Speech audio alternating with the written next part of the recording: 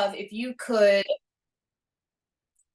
drop in the chat your name, where you are in the world, and if you are, an artist yourself, if you are part of an organization, just drop that in as well. I'd just like to see who's in the room.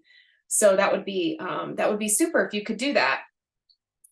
So today I'm going to share with you a little bit, and we are going to talk to one another. And hopefully by the end, you will have some things that you can use, some resources that will help you in the future, and something that you can walk away from this meeting with some next steps or something you can put into practice right away.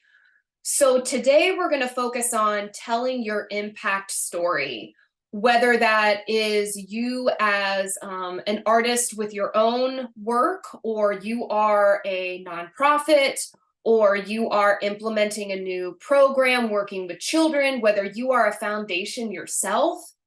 We're going to cover the gamut of what are we talking about when we're talking about impact? How do we set ourselves up to tell a compelling impact story with numbers and with stories, with those quotes from the people who we seek to impact. So just a little bit about myself here. I work at Ohio University, and I have a very non-traditional background to get where I got today. And basically, I spent the whole first part of my career in education, and I came to the field of impact measurement and management because I was extremely dissatisfied with the ways that we were being told to be accountable for student outcomes. I felt that accountability measures were missing the most important impacts to students. And not only that, that when we're talking about a school, especially in a rural area where I am, when we implement an education innovation, we are not only impacting the students, but we're impacting the entire community. We're impacting the students' families, and I could not find a framework, a way to measure that captured a holistic view of impact. So I came to impact data, impact measurement completely through the back door, because I was just looking for better ways to help people tell a holistic story of impact. So now I work on an international level with impact measurement and management. I'm the first and only person in the United States credentialed by Social Value International that I have the highest level of impact credentialing from Social Value International. And I specialize in a research methodology called social return on investment, which all day, every day, I help organizations measure the social value that they bring to the community, to their beneficiaries, to the economy, to the environment, to the social sector. And I help them monetize that so that they're able to report not only on their ROI, on their profits, or on their revenue generating activities, but also on the social value that they create for people. So that's a little bit about my background. I lead a team here at Ohio University that does that. Here's what we're going to talk about today. We're going to talk about how to create an impact story, and specifically how to do that through crafting a theory of change. I'm going to give you some resources that will help you bolster that theory of change, and we're going to drill down specifically on the part where most people struggle. Then we're going to talk about impact data. We're going to talk about outcomes. We're going to talk about quantitative data, and we're going to talk about qualitative data. Because to be able to tell a holistic impact story, you have to have both. And increasingly, the focus on outcomes metrics is demanding that we have both anecdotes and we have quantitative data. And I'm going to show you this is not as difficult as you think it might be. And then, of course, we've got the resource guide. I'm going to be referring to that and pointing you in some directions where to go from here. So I'm just going to take a quick peek at the chat here just to say hello. Make sure we got great. See some artist, teacher, great, excellent. And I'm hoping that we got that resource thing back in the chat. Great. If you have any questions, feel free to pop it in the chat at any time and I'll be periodically checking it. Okay, so how do we tell our impact story? Here is the overview or some like tips and tricks. 1, it takes time. And this is time and resources that I will tell you that it is more expensive not to take the time than it is to take the time. So the first thing is invest the time to deeply understanding the problem you're trying to solve. With a thorough articulation and understanding of the problem, you bolster your specific programmatic solutions. So after we've clearly understood and invested the time to understanding the problem, the articulation of how the program activities solve the problem is the crux of the impact story. Because when we're trying to tell an impact story, we're trying to show transformation. It's just like creating an actual story where you have the hero's journey or you have a character embarking on tackling a conflict and emerging on the other side. Impact stories are stories of transformation. And to be able to tell that story of transformation, the transformation of our beneficiaries, those we serve, we have to clearly understand what was the problem, what was the conflict they were tackling or we were tackling before, and how did our program transform those stakeholders to arrive at a new state or an improved state or a state of better well-being and health. That it's just like a narrative arc. So where is that story of transformation and how can you clearly articulate the problem solution narrative arc? We're going to focus on that a little bit coming up. So we want to frame outcomes in terms of the change that's created for your stakeholder groups. And a lot of times we focus on just our primary beneficiaries, but telling a holistic impact story includes more than just the primary beneficiaries. It includes multiple stakeholder groups to tell the whole story of change. And that's what we're really trying to do in the arts and in art education. We're trying to transform, we're trying to change. And impact data is data that illustrates change. So that's what we're going to be talking about, how to track that evidence of change. Something that really strengthens the impact story is drawing clear connections using data from the stakeholders themselves that demonstrate the change that you caused in the stakeholders' lives.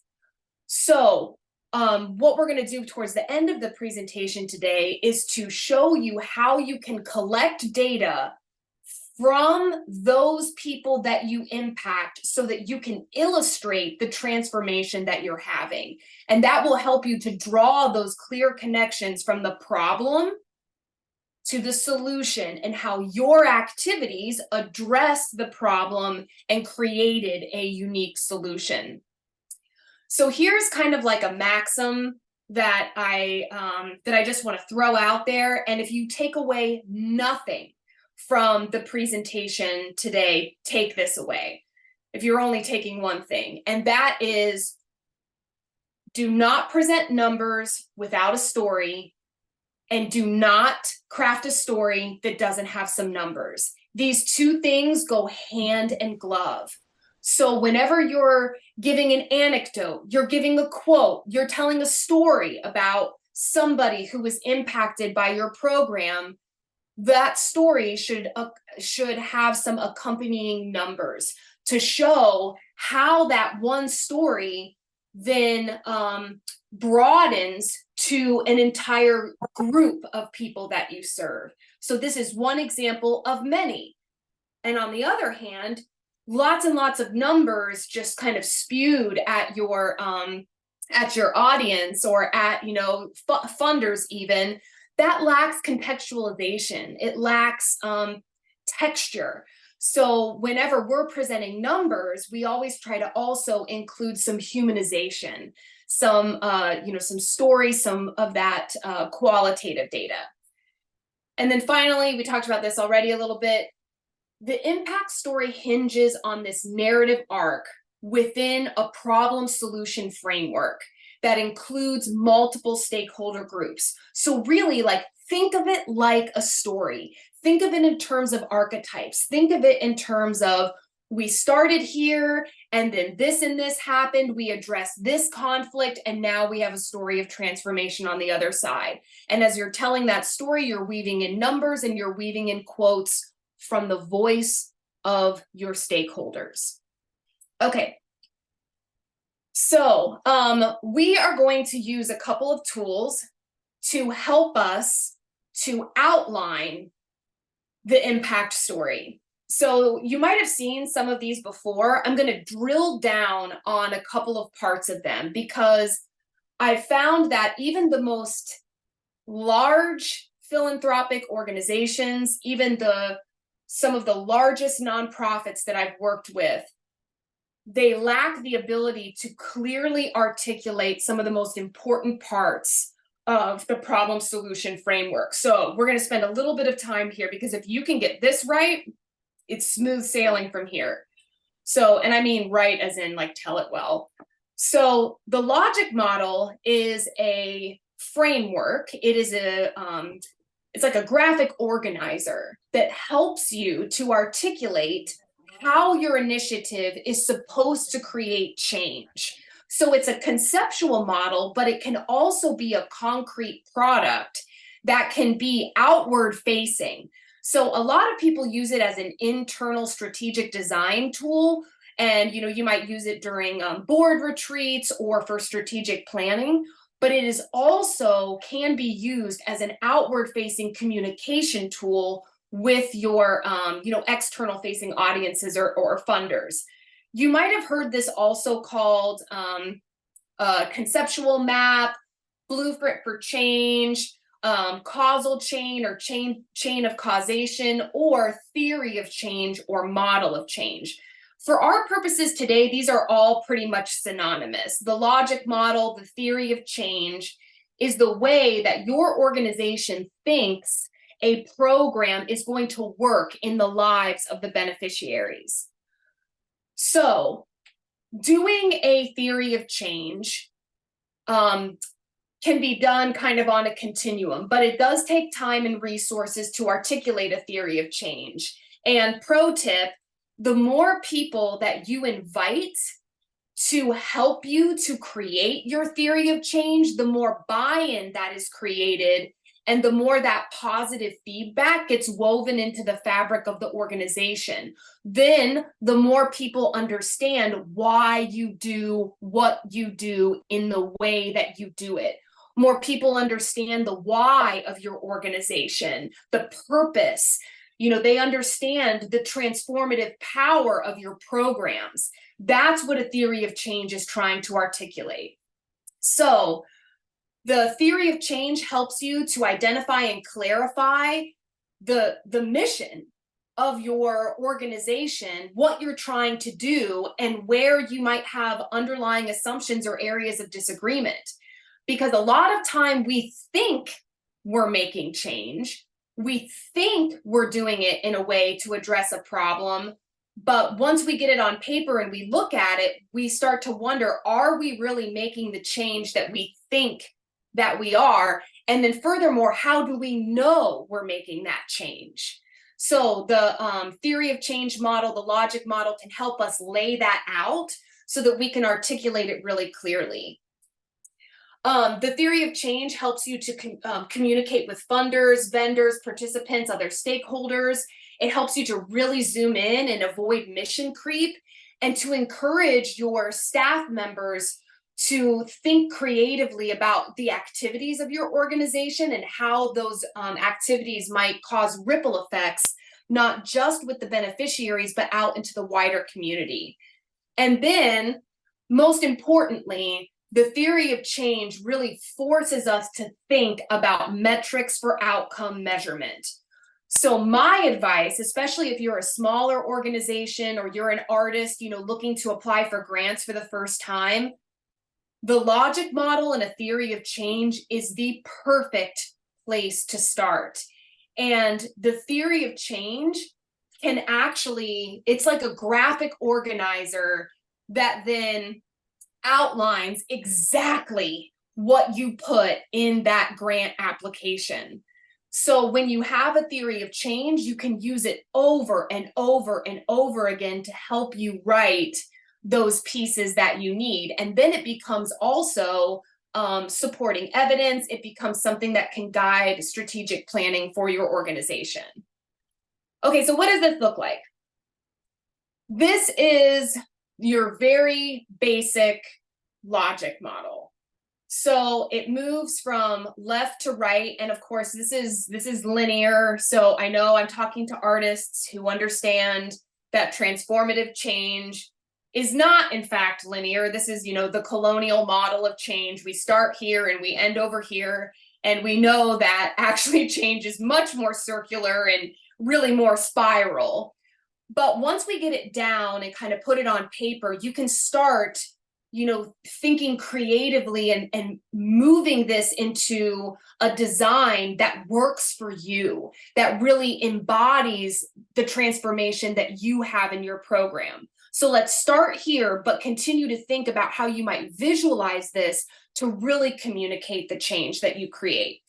So over here on the left, we have the problem, the needs, also the assets. This can be anything from local to global, the situation that you are trying to address. You've got your priorities, your mission and vision. That all is context that then you have the specific program is trying to address. So the inputs are what it takes to make the program run. You list those out. Then the inputs is what is used to impact the participants or your stakeholders. Who are you trying to reach? It's not just your primary beneficiaries. It's all of the people in the ecosystem of the problem, the ecosystem of the solution. The activities section in the outputs is what you're doing to solve the problem. What are the exact activities that you're going to do to address the problem? And then the final step in the outputs are those program numbers. How many people, how many pages, how many products, how many events, how many pieces of art. Then what we want to do is move from outputs to outcomes, to impact. And that's where we're talking about change. So after you serve all of those participants, after all those people come to your event, what happened next? What changed? Usually we have short-term or immediate outcomes, results of learning, skills that might be built. Intermediate outcomes, maybe the people repeat, maybe they come back, maybe they do multiple sessions with us. What is the ongoing change taking place? And then long-term, this is where we're looking to the larger scope of the region, the nation, that larger problem you're trying to solve. When we scale, when we talk about lots of change happening, what are the long-term outcomes? So again, this looks like obvious, but when you really take the time to write it down and to get it into one of these models, it really helps you to think in a procedural way about what happens, and then how do I know the outcomes come from those outputs. Those are some good places to oops, sorry about that. I clicked.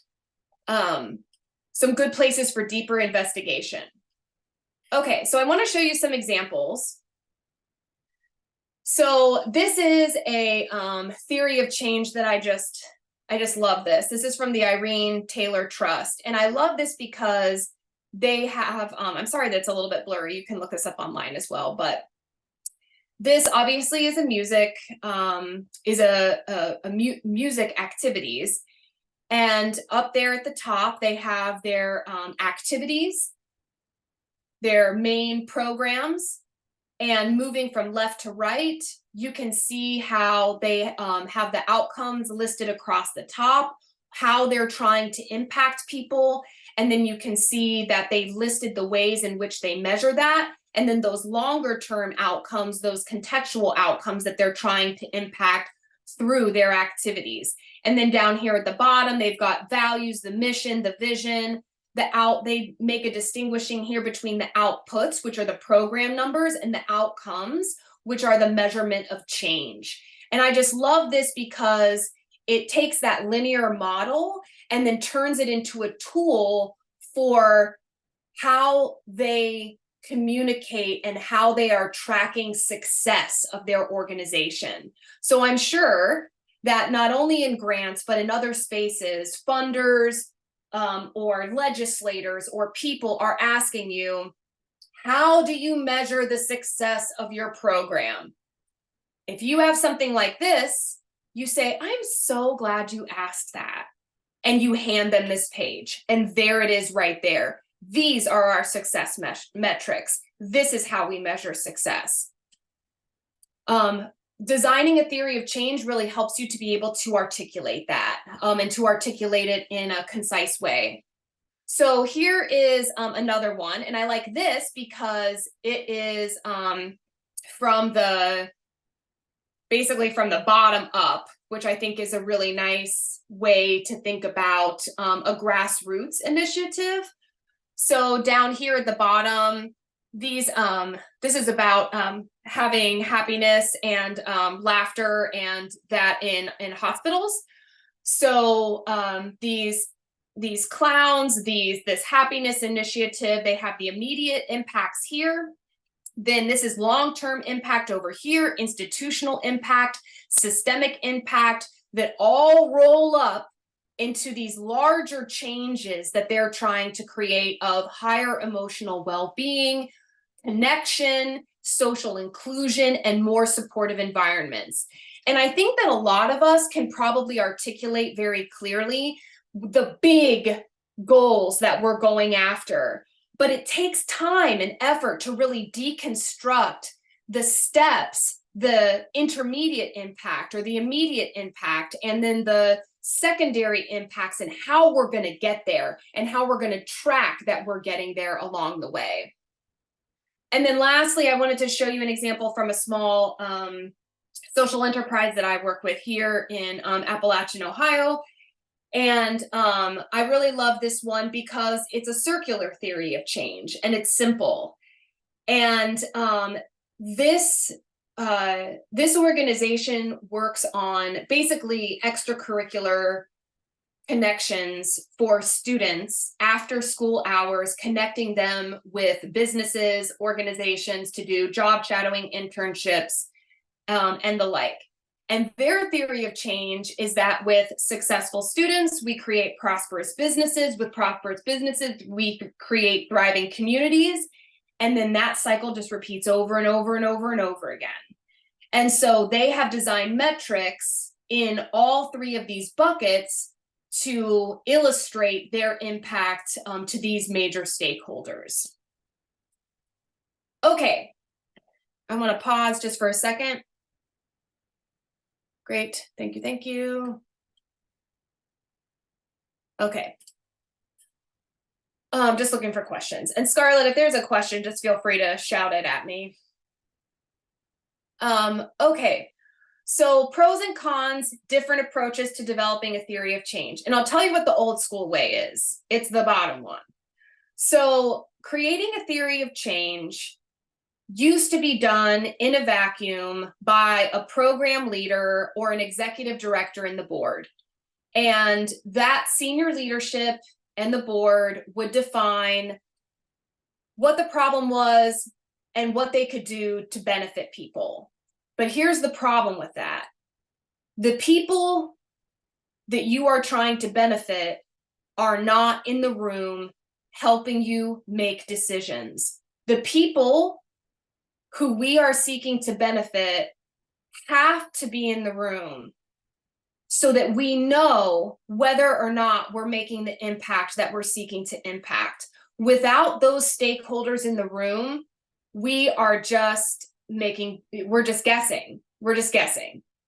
So this is a major shift for inviting those people, especially if they are from marginalized communities, to participate in the articulation of our impact story, to have them have a voice in not only what change is being created, but also the way that the activities are structured to ensure that we are having the correct approach or an informed approach to creating that change. So that obviously is a resource-intensive process, but ultimately it's worth it, because when you involve those stakeholders, those beneficiaries in creating your theory of change, that's data. That is a process, a qualitative process that you can write into your grants, informing your programmatic approach. So when we're thinking about qualitative data, we're talking about, interviews, focus groups, these meetings that we are designing to get information from our stakeholders to guide us. That's data. That is an informed approach to your program, and it can go in the grant application. So all of that to encourage you to, when you are creating your theory of change, to have a diverse group of stakeholders, funders, participants, their families, your employees, into the development of the theory of change. So, and the development of it, not just, can you give us feedback on this, but really in the thinking, in the generation of that theory of change. Okay, so I'd like you to take a look at this. We're going to start with a global framework and kind of build down. We're going to start talking about the first rung on the theory of change conceptual framework, the very far left, which is investing that time, that energy into understanding the problem you're trying to solve. So what you're looking at right now are the UN Sustainable Development Goals. This is a global framework for assessing change. So when you're looking at this, I've asked you to make a very difficult call.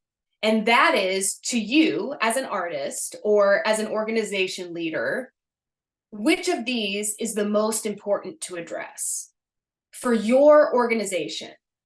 Which one of these larger problems is the most important to address? Now, when you're thinking about that, think about the ways in which your organization tangentially also needs to address other of the UN SDGs, other of these goals. Because problems are not located in isolation. But when we tell the impact story, having a focus of a program or an organization that is addressing a goal within this global framework or a problem is really important for clarity and for communication conciseness.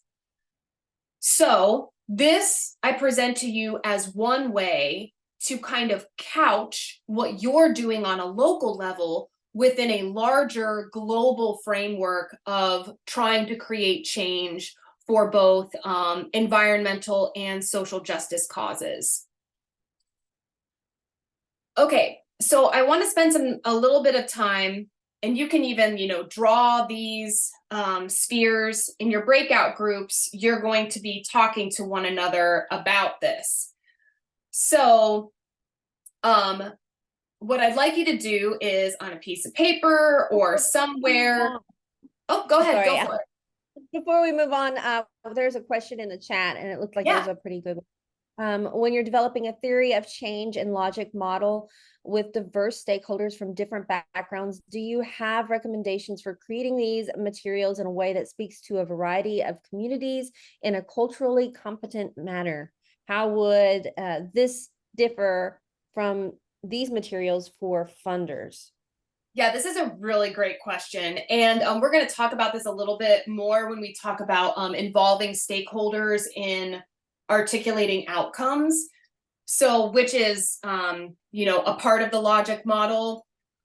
But there are a couple of best practices. So I want to not necessarily talk about like materials, for example, although creating like survey instruments or materials for diverse, for considering cultural competencies, there's a lot even within just like that specific material, or that specific instrumentation. But what I can speak to just briefly now, and what we'll talk about more later, is the in developing a logic model, when you're considering, bringing diverse stakeholders together in like a small focus group, for example, you have to really consider the folks that you're trying to reach and what makes them the most comfortable. So there are, like, for example, with people with barriers to transportation or people with barriers to participation, best practice is you go to them. You figure out how to involve them by, bringing the resources literally to them. And you involve their voice in a way that is comfortable for them. But at its heart, involving these beneficiaries and stakeholders is relational. So if you, for example, are a person that does not have the cultural competence of the group you're trying to reach, then it is our obligation to involve someone who does have that cultural competence to guide us. So that involves, us seeking out other people for advice or other resources if we can't, afford the time of a person to help us to be able to be guided in building a relationship with those people. But again, I want to underscore that, like, it is expensive and it's resource heavy to build relationships. Like, building relationships is work.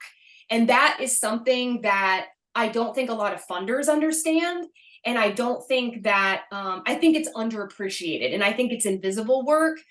But when we invest the time and the resources and the knowledge and the expertise to build those relationships, especially with marginalized communities, the benefits are exponential. But building that trust takes time. Going to them, hearing from them, just a conversation is enough to get started. And then you can build from there. So if you're interested in like materials specifically, there's some information on the resource page that I gave you, and then you can literally, you can Google this and find the best practice. But I want to underscore just the like importance of relationships and having a conversation. And in a couple of minutes, we're going to get to the ideas for involving stakeholders, and I'm going to give you some more concrete examples. So thanks for that incredibly important question. Okay, so we're about to go into breakout rooms. So what I'd like you to do right now is to think about the problem that your organization, your effort, your art, your program is trying to solve. And on a grant application, it's really important that you understand the problem from a micro level, meaning the local level, to the macro level. So what's the local problem you're trying to solve? For example, we have a social enterprise called Passionworks Studio. And their local issue that they are trying to solve is providing meaningful employment for persons with disabilities. That's it. That's the local problem, is the absence of those meaningful employment opportunities for persons with disabilities. I live in a rural area. There's limited employers, limited also customers to buy things. So there's a limited to those jobs, especially in a creative capacity, for people in general, but also for persons who might have disabilities. Local issue. The regional part of this problem is that I live in a coal impacted regional community, meaning that this part of Appalachia historically relied on extraction industries for its economic development. And what that meant was we have boom and bust economies where, we had a boom and then all the coal and the profit got sucked out of our region. And now we're left with a cyclical historic poverty. We're left with health impacts. We're left with intergenerational effects. And that regional problem compounds this very smaller local issue that the organization is trying to solve, because it's not as simple as just bringing an employer. Now you situate this within the national context, and then we start talking about, the fabric of stigma. We start talking about laws. We start talking about the epidemic of loneliness. We zoom out into the global framework, and now we're talking about, large scale social injustices, which, that is human rights, human needs that need to be addressed. So understanding your problem in all of these spheres strengthens your overall message, your overall beginning to your impact story, because every single one of our local problems are situated in kind of this larger context. So I want you to spend a little bit of time kind of thinking about that, and thinking about how your local issue is situated within this larger nested set. Now, going back to the UN SDGs, you might be focused on one area, but as we all know, especially if you've been doing work in this space for a long time, the problem gets compounded by other interconnected, interdependent problems, especially if you have disadvantaged communities where it just seems like it's one thing after another, after another, after another. So you've got the problem, but then you've got these barriers like lack of infrastructure, lack of transportation, system inequities, historical and political context as well. All of this is essential for your organization to really flesh out and articulate, and then to be able to put numbers on for that very first part of the applications, which asks you to not only describe your the problem that you're trying to solve, but the context in which you are trying to solve it. So the problem, being able to articulate and tell the story of the problem sets you up to be able to clearly illustrate how your activities then create part of the solution, or will work with your partners to create a solution for your stakeholders. So this is the hard part of understanding the problem and really digging in and understanding the problem. That is, what numbers do you have to illustrate your problem? So it is, one thing to talk about people not having jobs. But knowing that the labor force participation rate is 43% in my rural area of Ohio is an extra statistic that illustrates the number of people who not just are unemployed and looking for work, because that's actually a very small statistic right now, and belies the fact that there are over half of the people in my area who do not have work and are not seeking work at all. Half of the people in my area who don't have jobs and are currently not even looking for them. That's the labor force participation rate. So where can you get quantitative data for grant narratives? This is, if you are not used to writing grants day in and day out, or you don't have a grant writer, this can be really cumbersome. So what I've put together for you and what Scarlett has in the chat are a couple of really like top level resources for you that you can narrow down by county, you can narrow down by region, and you can get those numbers to illustrate some of these local, regional, national problems that you're talking about. So the first couple on the list are very, kind of obvious if you've been doing this a long time, but if you haven't, this is gold. So census.gov has census level data in the quick facts section that reports out by county. You can also report it out by state if you are a regional organization.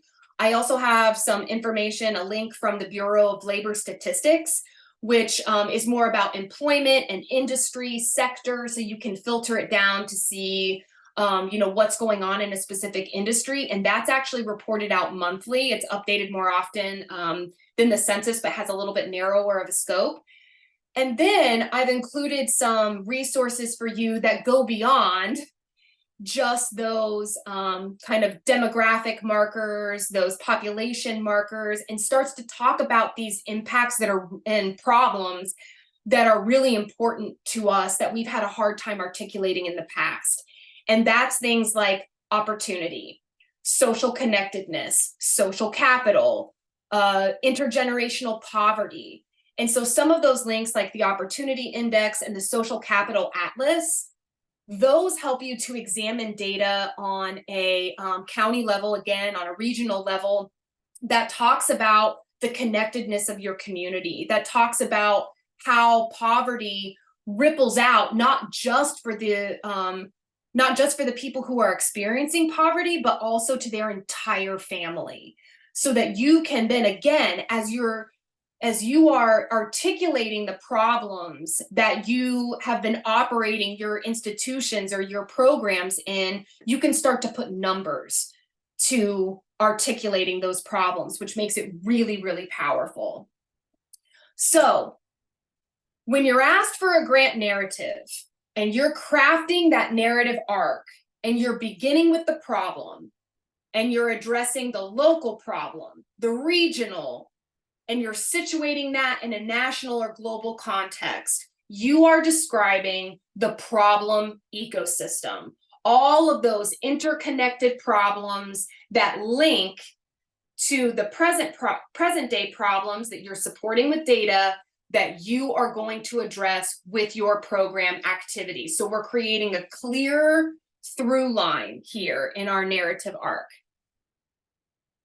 So the resource guide that I've given you gives you kind of that, macro data, that population level data that's coming from national sources and is very, statistical.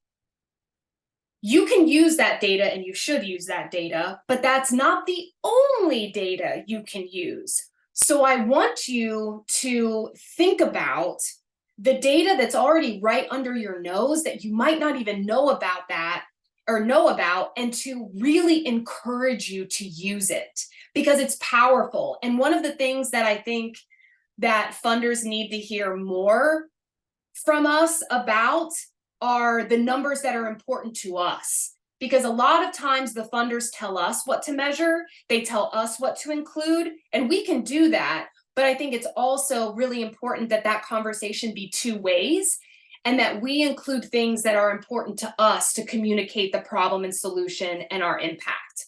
So in that vein, if you or your partners have existing survey data from stakeholders that illustrates the problem, include it.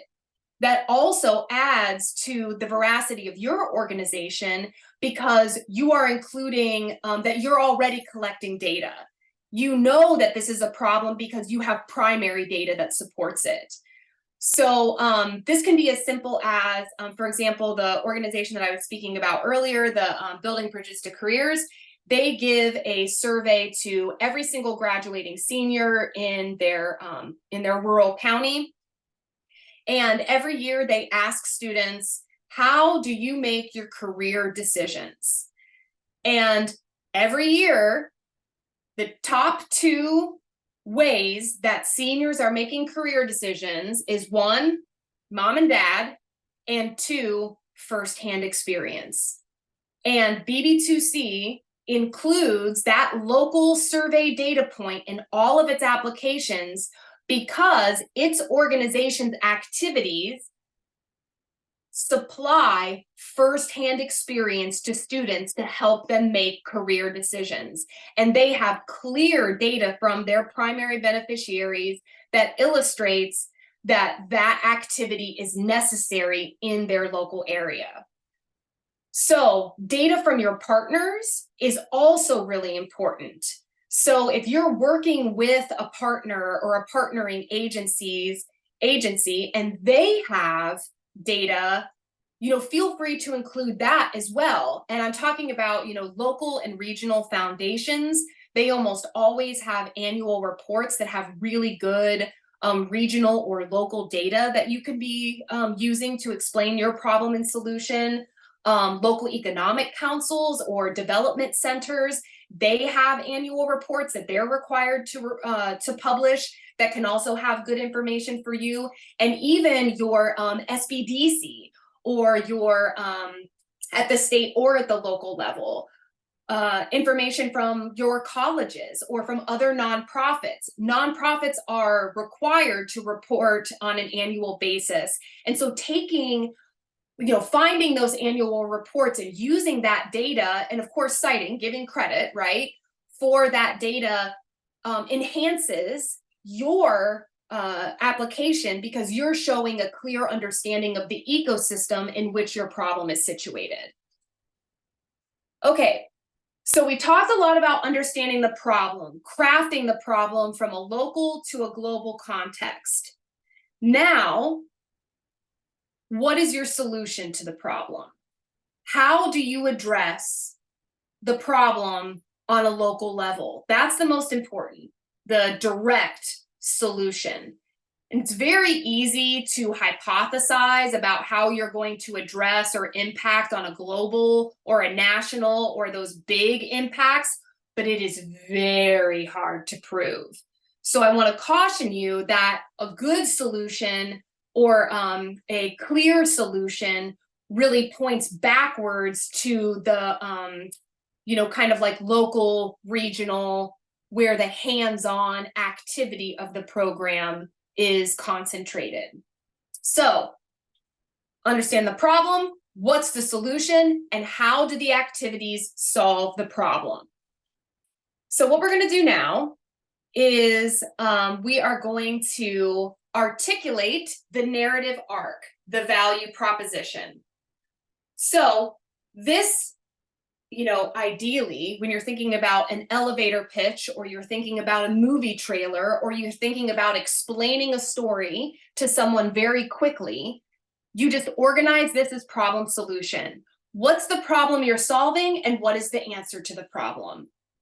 Why does the problem exist and how does your solution work to fix that problem?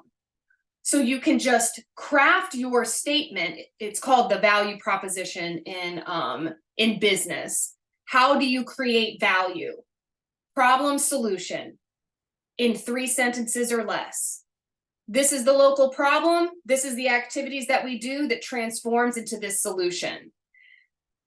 So what I'd like us to do now is to practice your value proposition in some breakout rooms. So Scarlett is going to randomly assign you to breakout groups of 4 people or less. And once you get in those breakout groups, I'd like you to, one person volunteer to be the timekeeper, and everyone is going to get exactly 90 seconds. That's it. Very sweet, short narrative arc. Introduce yourself and deliver your value proposition in a coherent problem solution set. And the reason why I'm really putting you on the spot and making you do this is because if you can do this, then you are halfway there. Understanding the problem that you're trying to solve and then how your specific program solves it, then you've got it. Now you fill it out with your data and you've got the story of transformation. So I'm going to have Scarlett put you in your breakout rooms, and then as you're in them, I will kick out the directions to you so it'll come across the screen in case you get lost. Okay, you got this.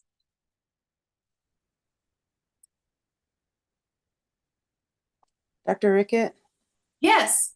I sent you a private message. I have to hop off at the top of the hour, but Yeah. I would love to connect with you on LinkedIn because there are a handful of people in Rural Rise, if you are not familiar with that collective. I love Rural Rise. Yes. Yeah, so Tina and Joe, I definitely want to like loop you in because I think this would be a great presentation for the monthly action Yeah. meetings that they do and just all other kinds of stuff. This is fabulous. I'll probably low key stalk you from now on. Let's be friends. Okay. Please. I sent you my email. Oh, fantastic. All right. And then I'm gonna hop off. I hate to miss the second half of this because this is fabulous. Thank Thank you so you. much. Uh-huh. Bye. See you, Dr. Dion. Okay, so you should have by this time gotten an invitation to join a breakout room. So go ahead and just select to join that breakout room, and then I will send you the direction. Hmm.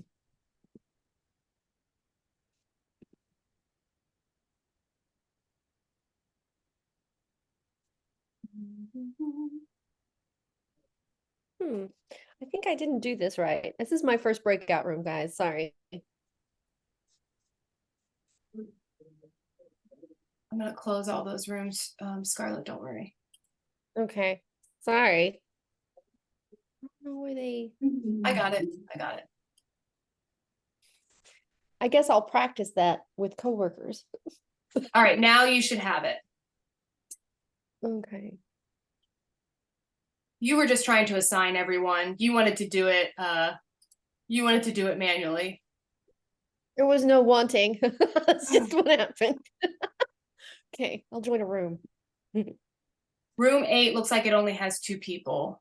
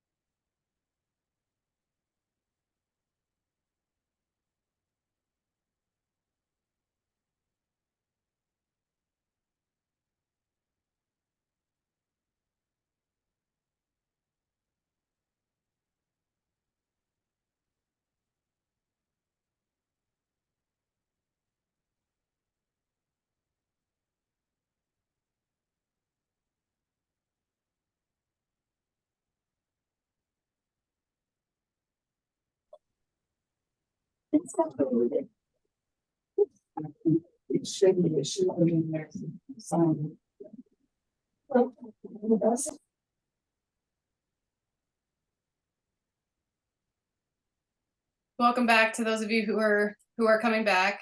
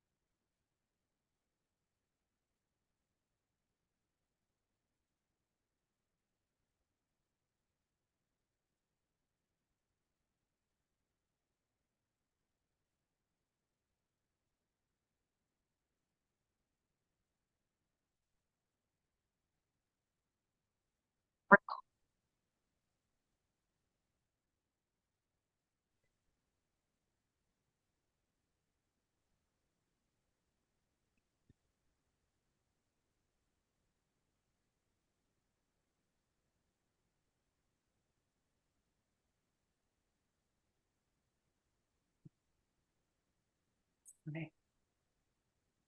Welcome back, everybody. The other folks have just a couple more minutes to wrap up their conversations.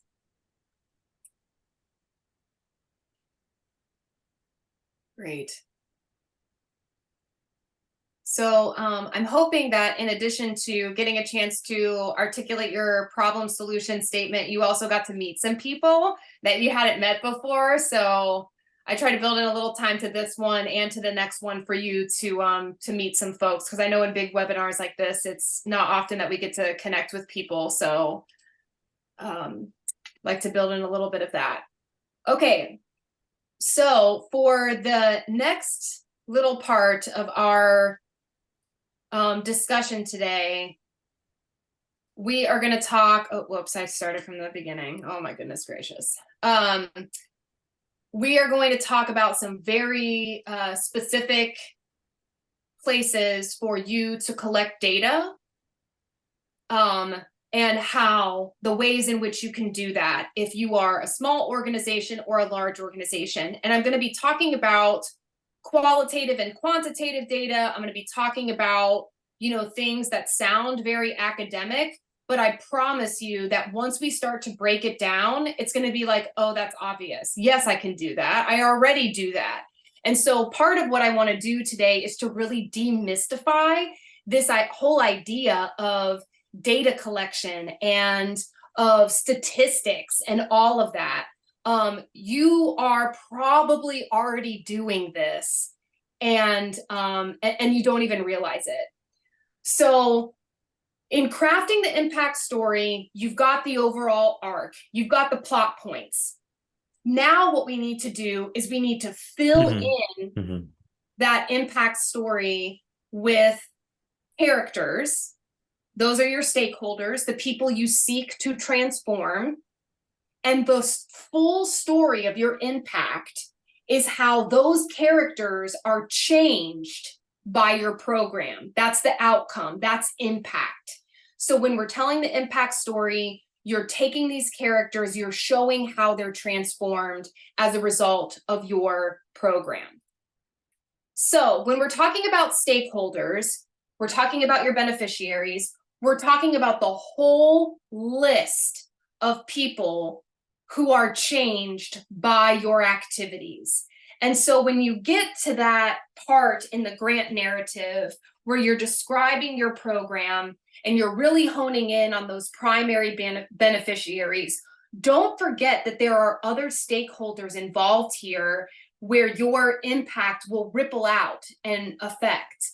So part of the theory of change is really, developing an exhaustive list of the people that you change. So you might have your primary beneficiaries, but even within those primary beneficiaries, you have subgroups.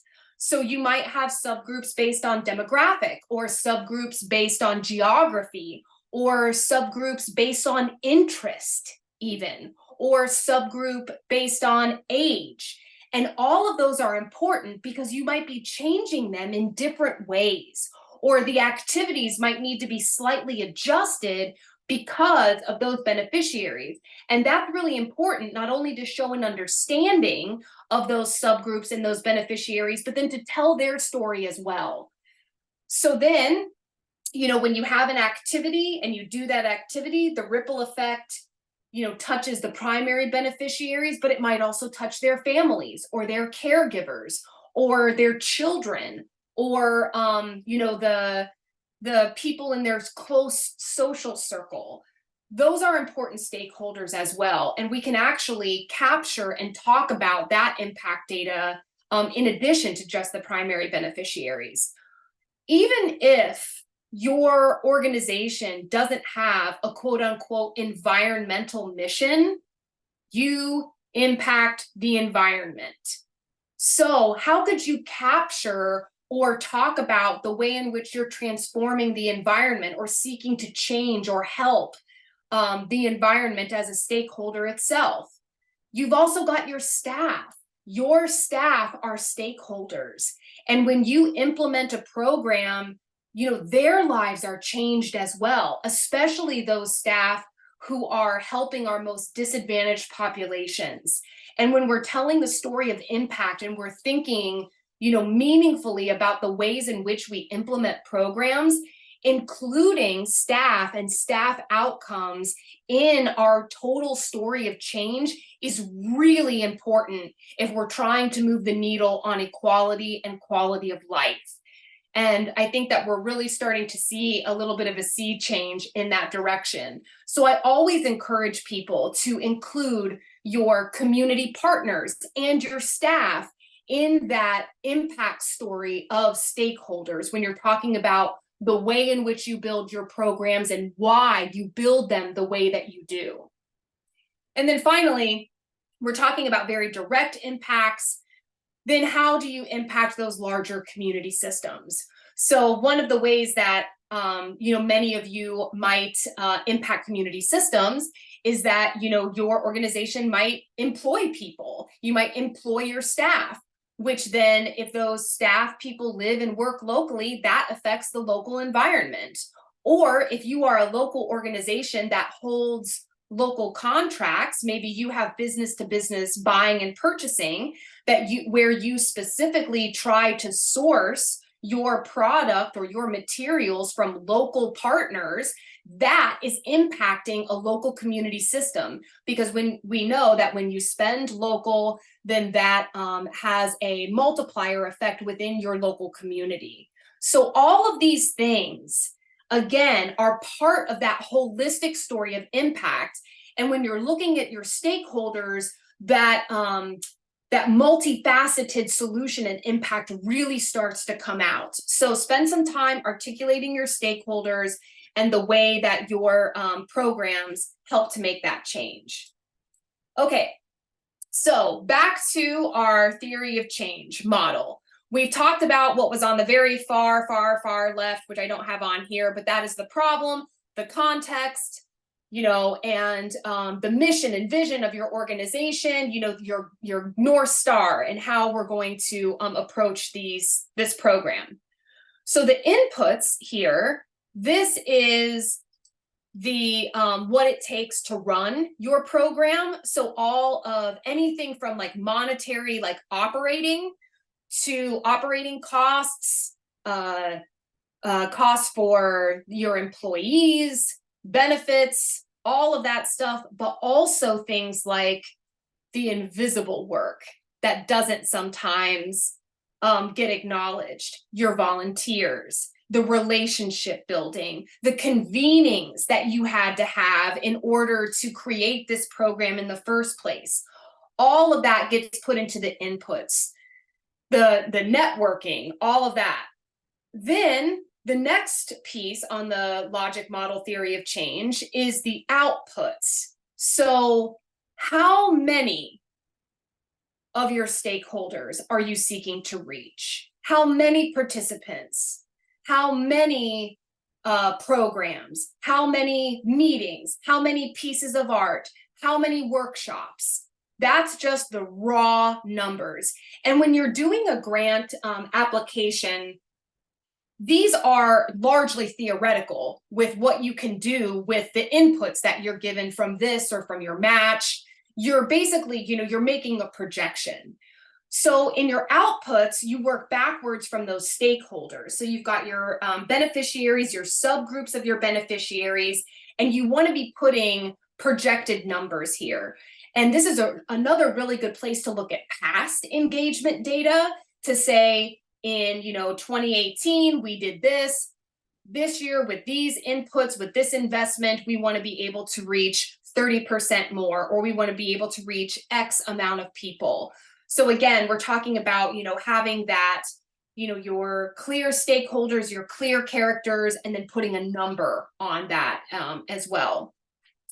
Then we move in from the outputs to outcomes. And this is a big difference in the data world, and a big focus of data people right now is measuring outputs is one thing. It's clear. People go in the door, they participated, that's a number, that's a piece of data collection. You can count how many tickets you sold or whatever. But the question of impact is what happened after that? What happened after they participated? What changed? And how do you know that it changed? And this is where the data collection basically has to take one more step.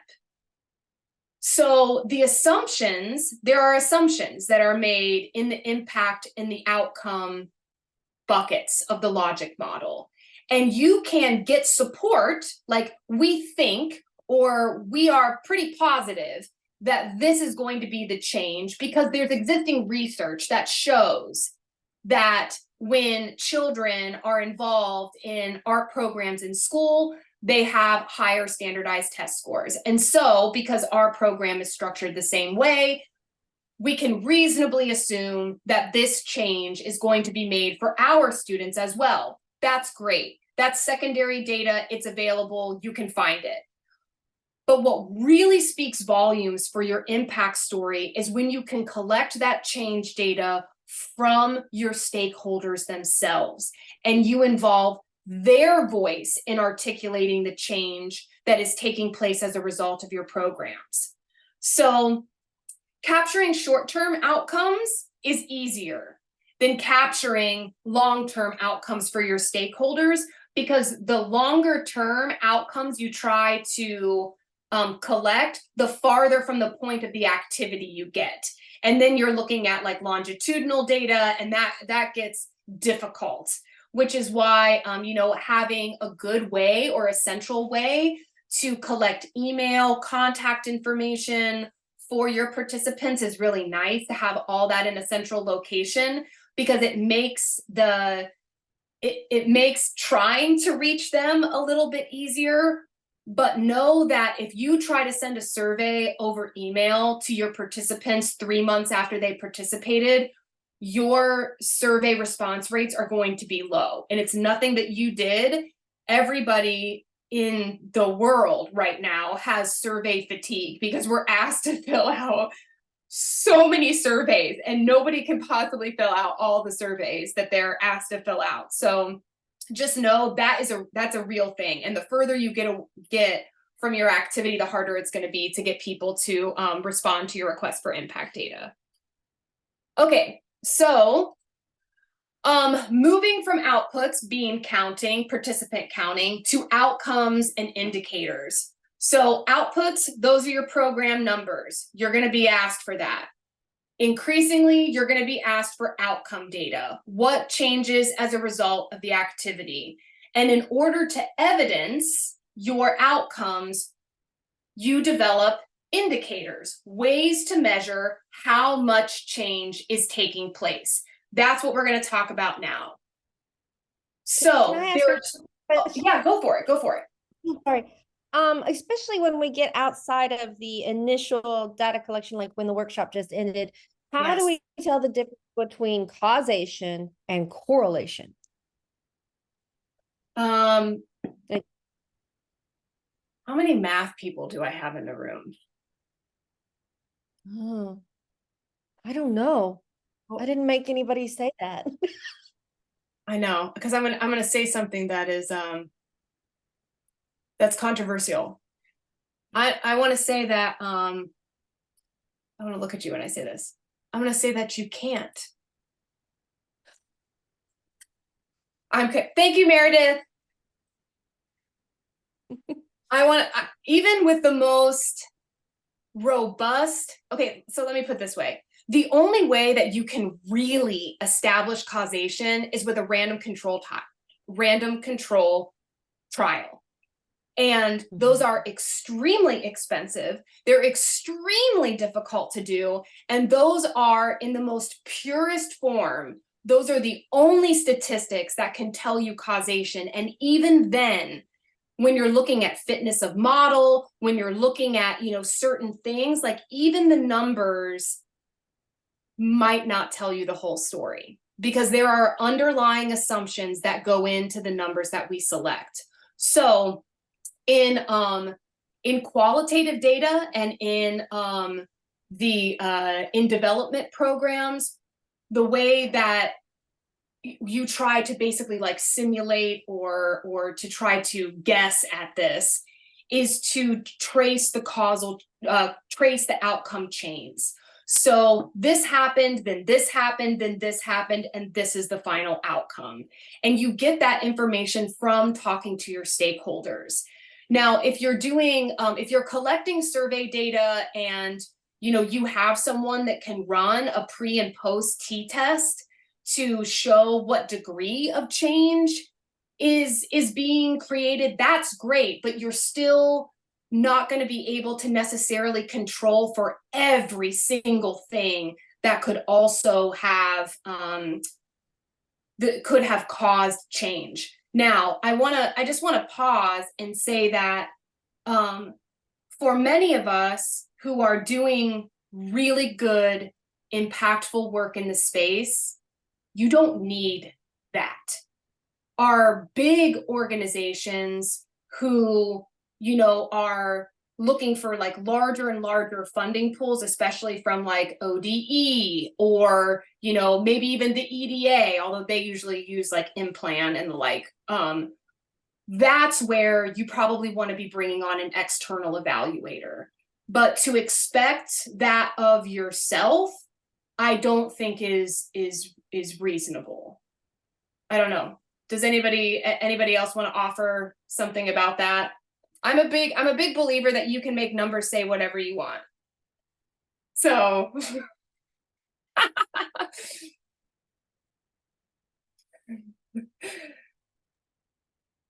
all right. Thank you. Okay, I'm gonna go back to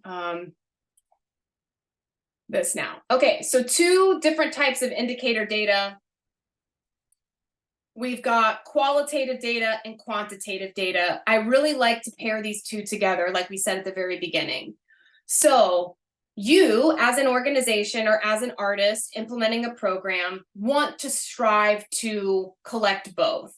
And another like really big piece of information that I can give you is that a lot of people say, I don't have time to collect data, or I don't have time to set up a data collection like all in one place.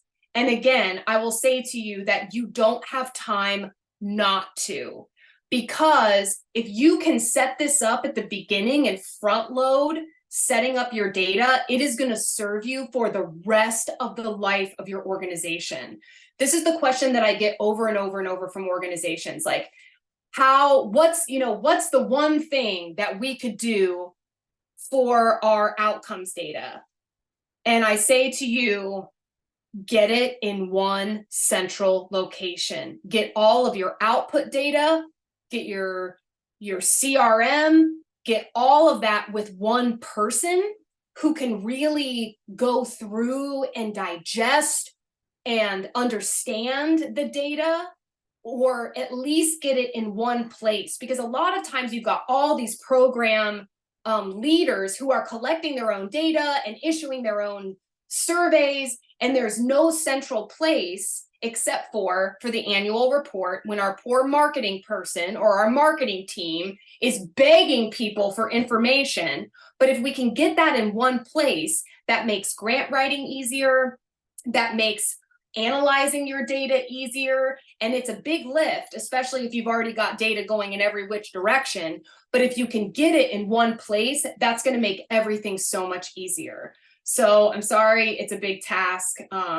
But that's lean data management. So we'll talk more about that in just a second. Okay, so qualitative data. Don't underestimate qualitative data. This is simple.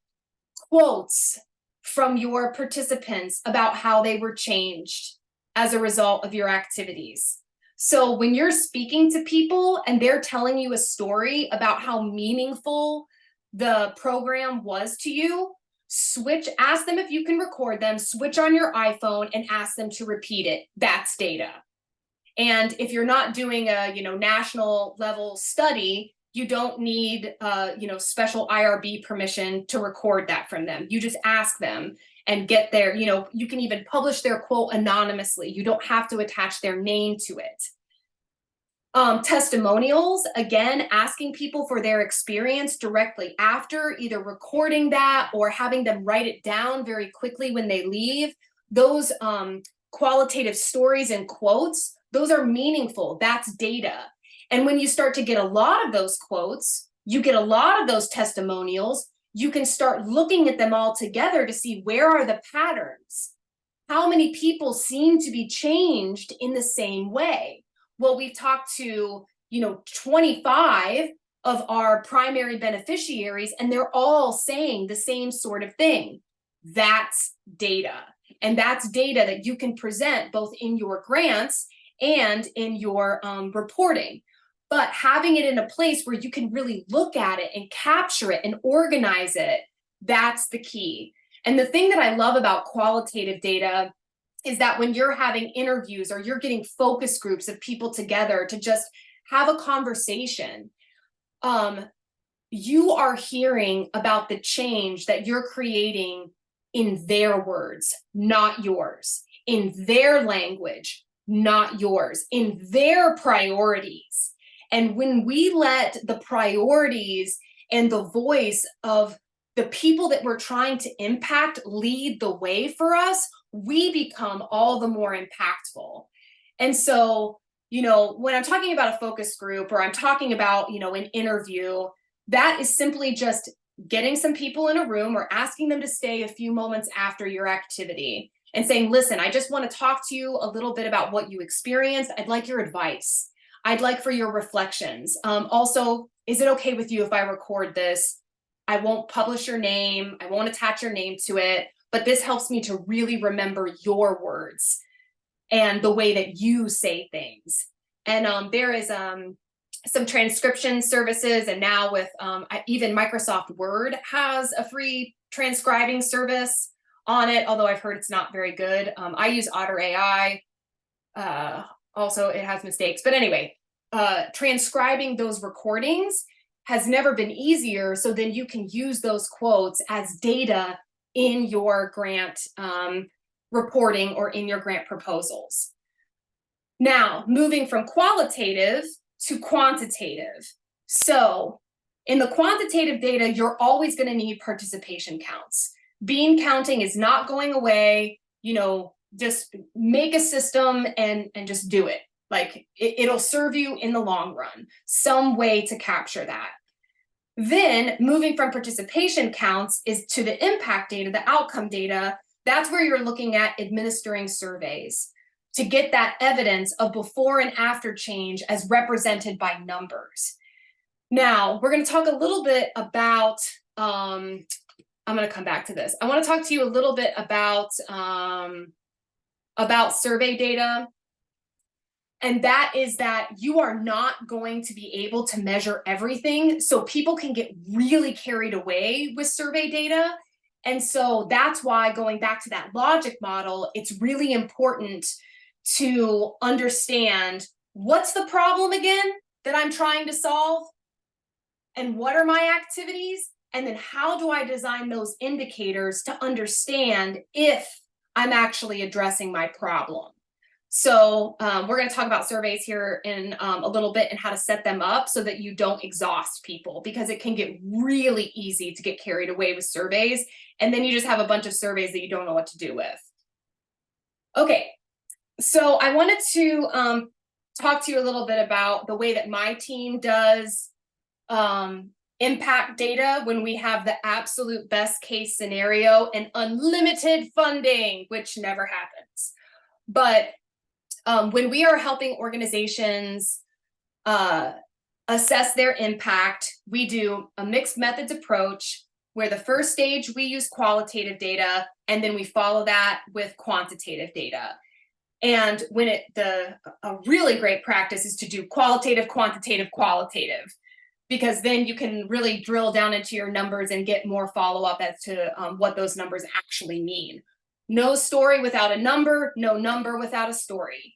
So what we like to do is after a program or during a program, we convene a small group of diverse stakeholders, primary beneficiaries, staff, funders. We've had patients, their families before, and we just ask them in a conversation about the changes that they experienced from the program. We love to use the format called ripple effects mapping.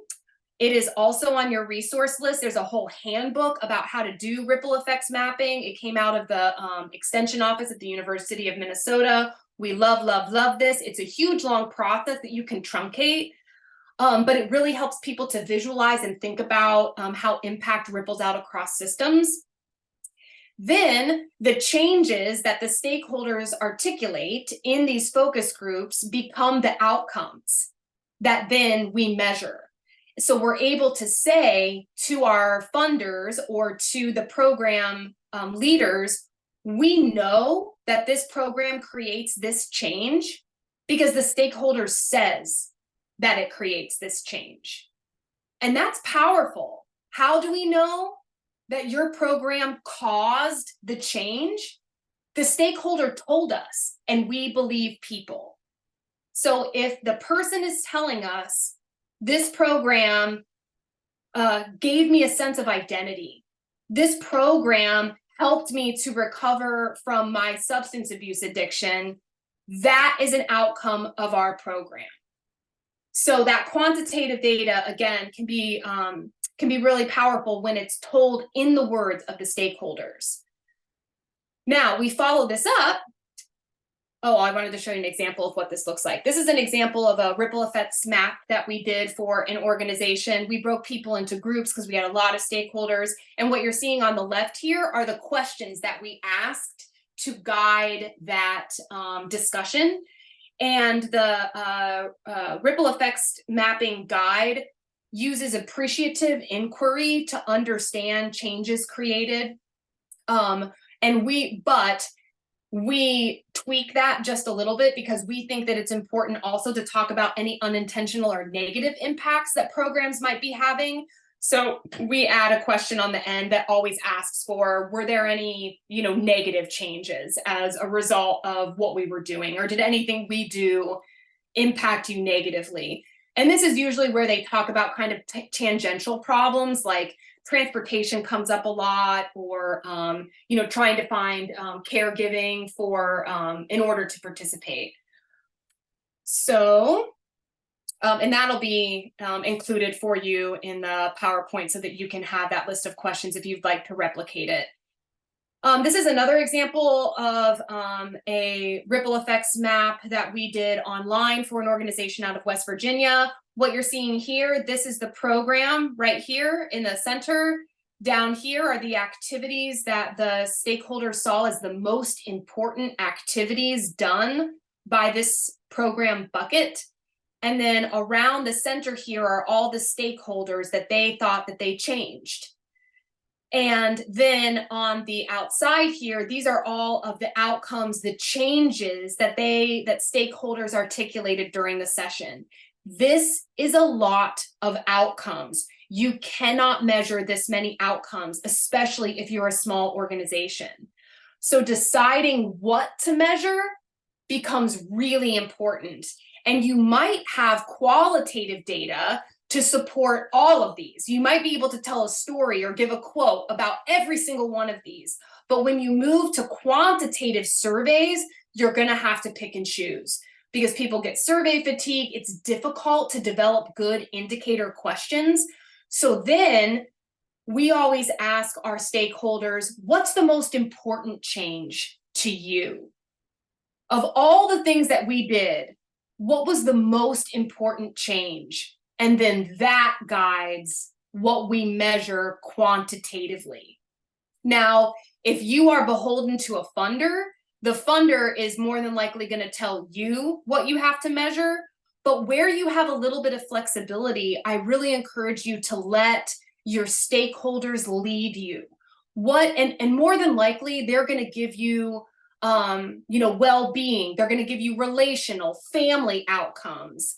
Or some of those like feeling in control of their lives. That's the most important thing. And you can measure that with a survey instrument.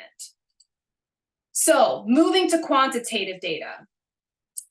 For each outcome, for each change that you want to measure, you develop an indicator to measure how many people are experiencing the change and how much change is happening for them. So if you're trying to make this very short and you only can assess one of these things, assess how many people are experiencing the change. So how much change is happening for them is like bonus. But for each outcome, develop a question that assesses how many people, of all the people that you touched, all your participants, how many of them are experiencing the change. So for each outcome, ideally, you develop one survey question. So if you are saying this is a change we create, develop a survey question to measure how many people are experiencing the change. So in an ideal world, surveys get distributed to all stakeholders or to the stakeholders that you are deeming the most important to report on for your funding source or whatever.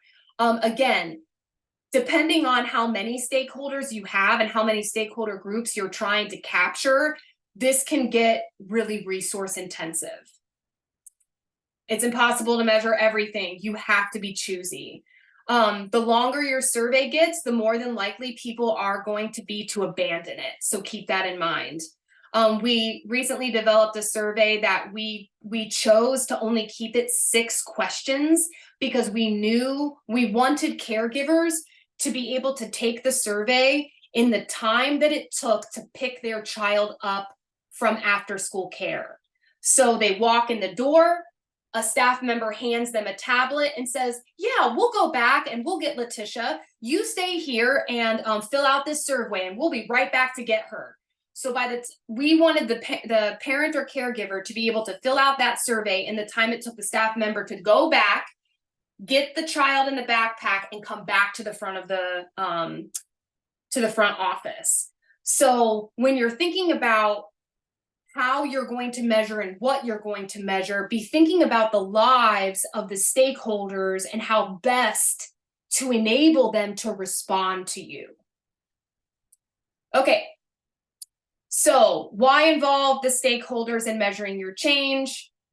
A key hurdle to understanding impact is that our stakeholders aren't at the table. We're not hearing from them. We're assuming we're making this change.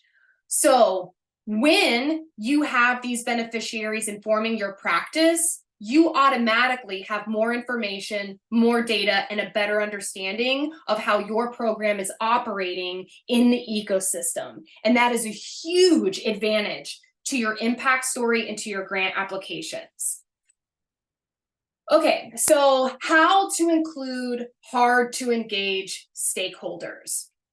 So we already talked a little bit about this, but I just wanted to come back to this. Some of the things that we've done in the past and just best practices overall. One is to travel to them.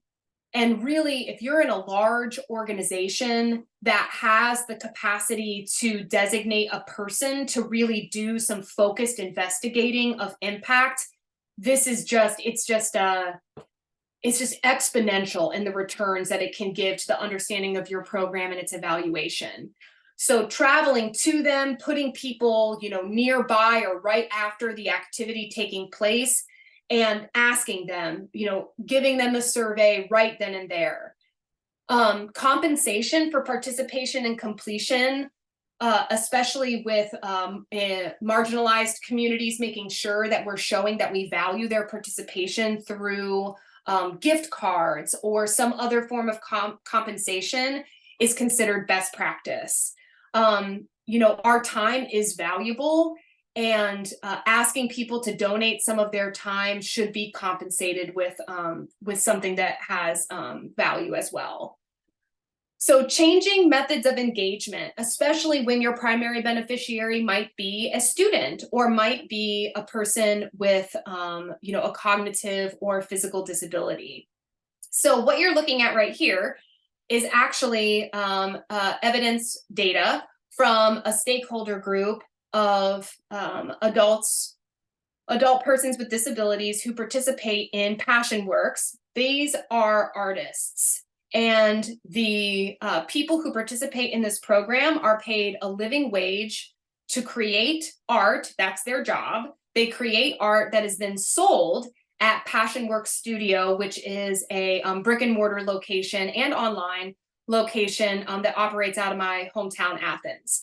So we had focus groups with stakeholders. We talked to their caregivers. We talked to community members. We talked to government officials. We talked to staff members. We held a separate focus group for the primary beneficiaries, the adult persons with disabilities, because one, we wanted them to be comfortable. And we knew that throwing them in a large group with unfamiliar people, lots of talking, unfamiliar environment was not going to be conducive to them communicating about the program. So we went during their work hours in a routine that was familiar to them. And all we did was we asked them to do what they do best. We said, draw us a picture of the change that Passion Works has created in your life. This is just 3 examples of the data that we collected from these individuals. And what you can see here is one of our participants drew herself in a dark closet or a dark room. And then in the middle here, you have her coming out. And then over on the right-hand side, you see she's written new family and friends, and she's drawn herself at her art table with her fellow artists and the resident dog. And then over on the right-hand side, you see, one of our participants has written, "I love my job." Another one of our participants has shown the thoughts in her mind as she comes to participate in the program every day. So even just changing the way in which you collect the data, it's still data. It's still direct feedback in the words of your stakeholders to understand the impact that you're having. Provide technology for folks, or even consider paper surveys, which then have to be entered manually. But sometimes it's better for folks to have good old-fashioned analog paper and pencil. And also using trusted connections is also really helpful when trying to build relationships where you can get people to respond to you, get people to participate in talking about change. So one of the things that is really great about setting up your data collection in this manner, the qualitative followed by the quantitative, is because this can mark a transition to capturing outcomes that really matter to participants. And I also want to encourage you also, when you're filling out those grant applications and you're looking through your activities and you're thinking about, I really want to be able to say that I'm affecting the local economy, but like, I don't, am I really having that much effect?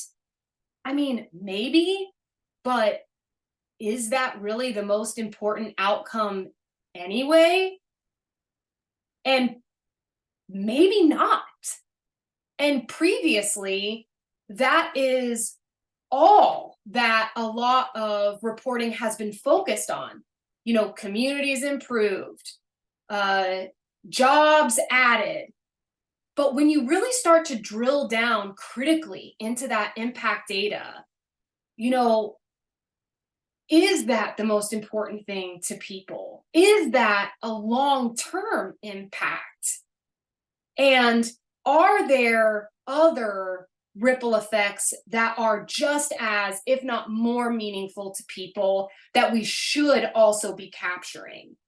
So I'm talking here, of course, about quality of life outcomes, well-being outcomes, social capital outcomes, hope and trust outcomes, which, on the resource guide that I gave you, I connected you to some loneliness research, because the US Surgeon General has declared loneliness and isolation a epidemic, and the impacts that belonging or lack of belonging has on individuals is astounding. It really is a health crisis.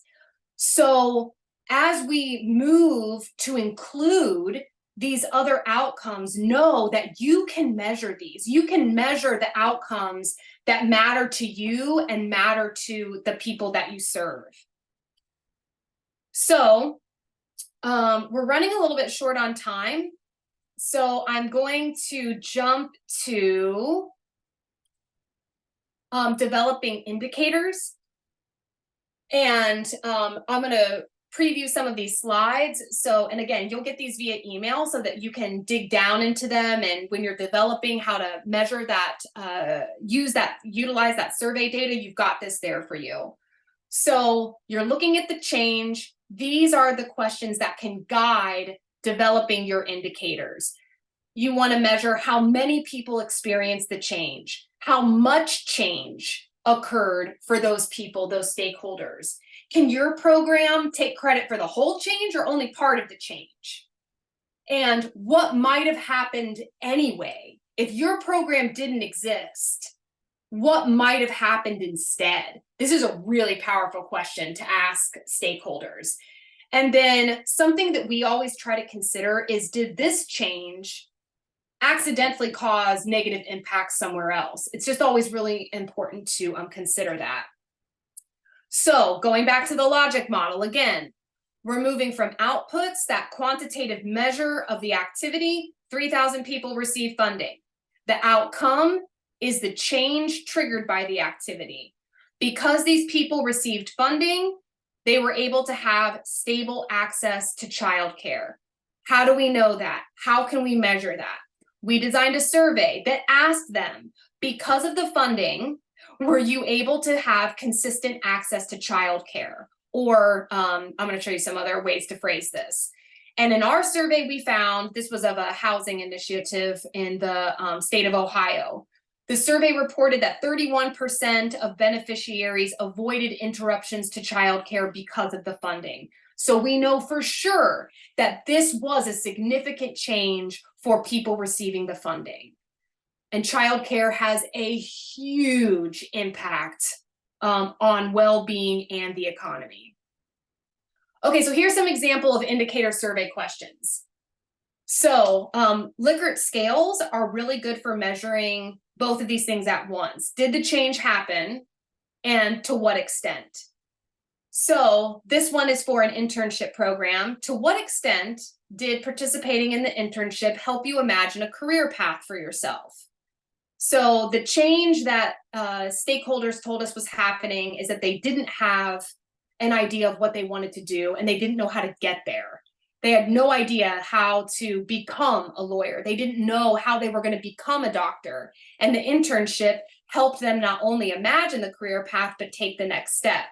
So this question we designed to figure out how many people experienced the change of being able to imagine a career path for them. And we measured it on a Likert scale, a 1 to 5 or a 1 to 7. I really like Likert scales that have a midpoint, so that you can either have no change in the middle, or you can have gradients of change.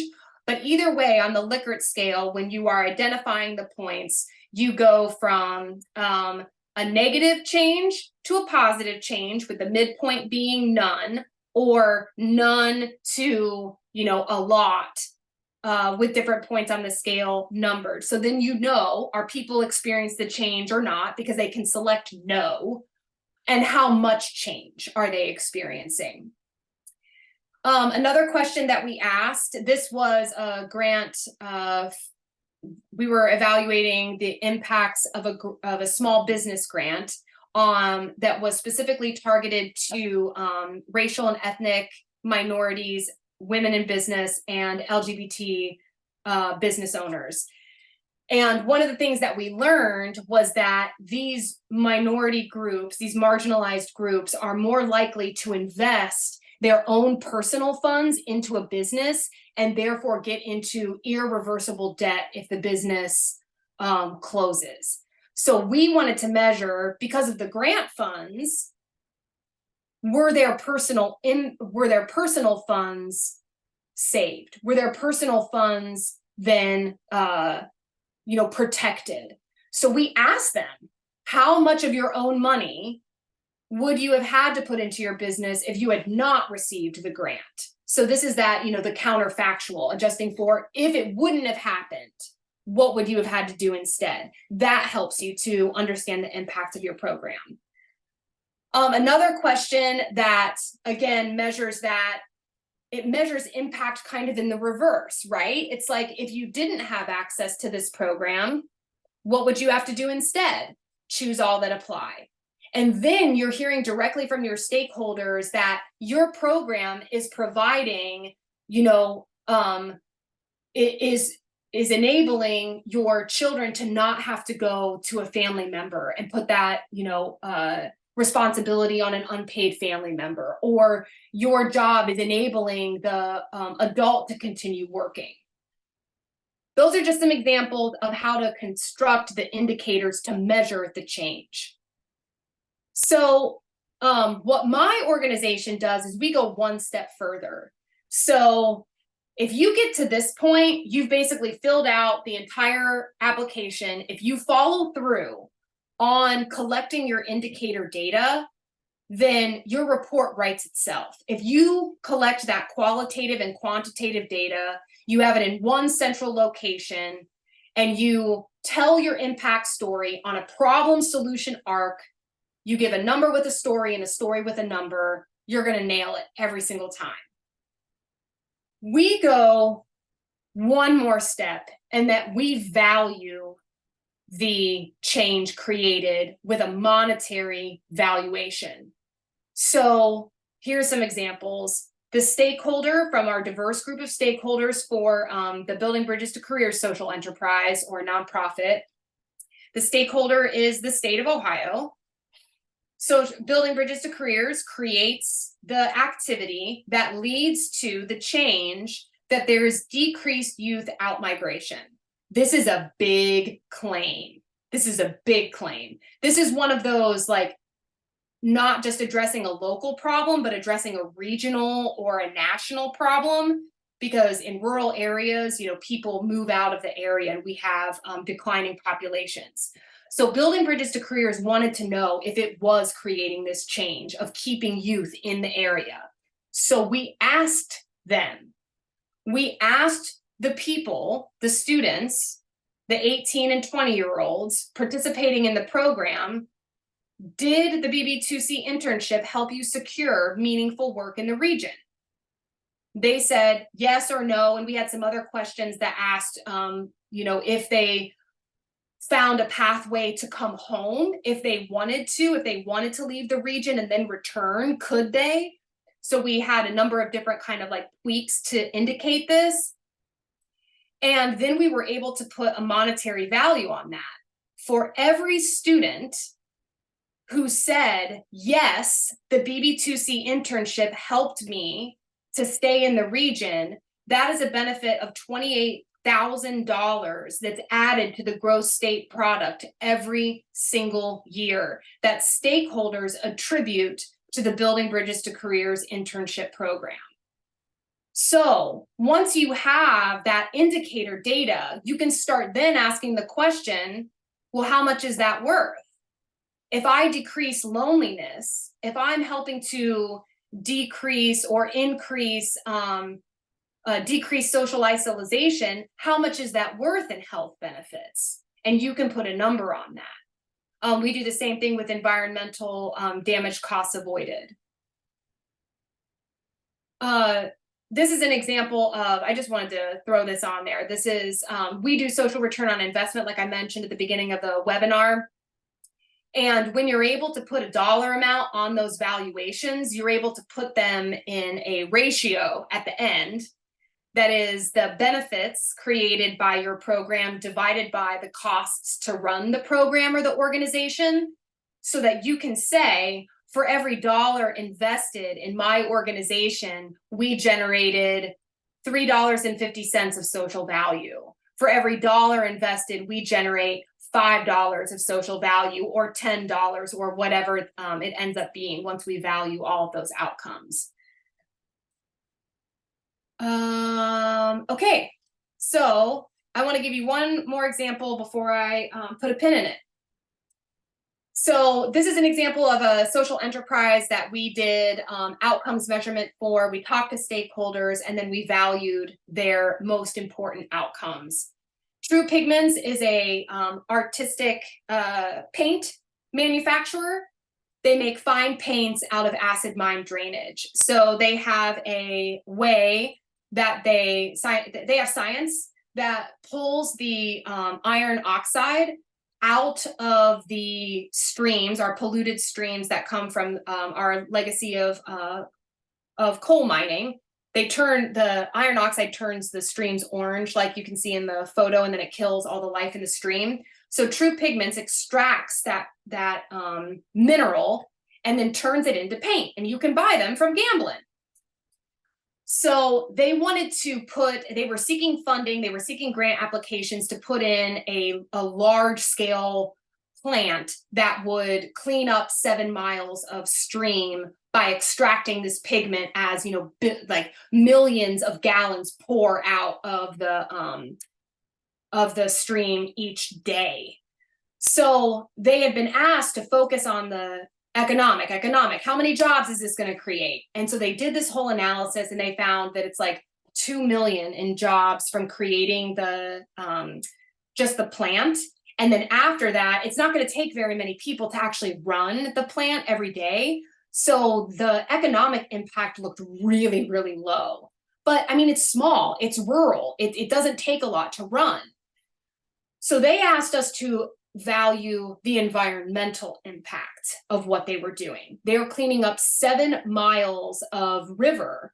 And so we valued the value of restoring life to those 7 miles of stream.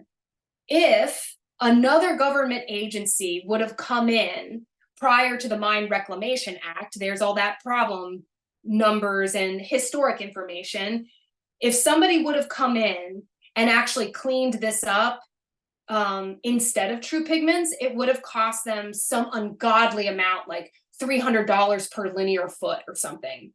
So we did a bunch of like calculations and figured that that was going to be $10 million of cleanup for the river that True Pigments was providing by putting this plant on the river. So you can see that when we start to focus on the outcomes that really matter to stakeholders and we start finding ways to measure them, that we are able to articulate and prioritize what matters to us and then communicate that impact story to others.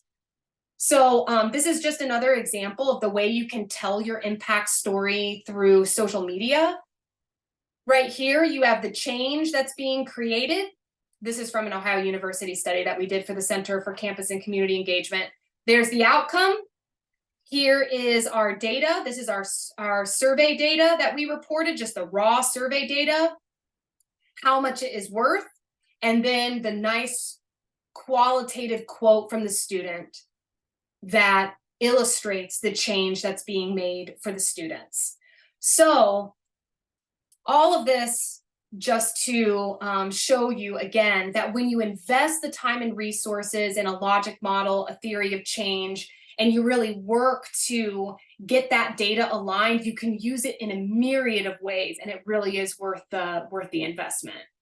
So thank you all so much for sticking around. I know I've gone a little bit over time. I'm happy to stay for some questions if you all have it, or I'll put my email in the chat. Feel free to reach out to me. You can also find me on LinkedIn. Yeah, thank you so much for being here. We really appreciate it. And thank you, Dr. Rickett, for being here. Thank you, thank you, thank you. I found this enormously helpful for, at least for us with the Arkansas Arts Council. And hopefully we will be able to send out something soon if you would like to review the video. Also, I have put my contact information into the chat, which you can save by clicking on the 3 dots by the smiley face if you would like to download that entire chat and get the information that way. If you have any questions, you feel free to contact me or Dr. Rickett. Thank you so much for being here, and have a great rest of the day. Thank you. Thank you, guys.